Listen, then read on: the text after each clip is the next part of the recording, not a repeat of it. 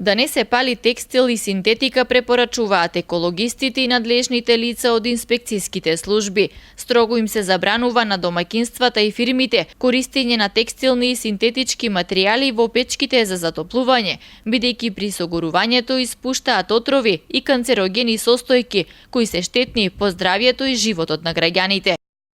Во средината на грејната сезона сме, па затоа апелираме до граѓаните дека најстрого е забрането согорување на текстил и сите видови на синтетички материјали, бидејќи тие се продукт на деривати од нафтата и при самото нивно согорување се создаваат соединенија под општо име фурани, кои што се потешки од воздухот и се натоложуваат покрај печките и остануваат овде со часови, кои што самите станари потоа ги вдишуваат, а е познато дека овие супстанции се тешко канцерогени, стои во соопштението испратено од екологистите и надлежните лица од инспекцијските служби.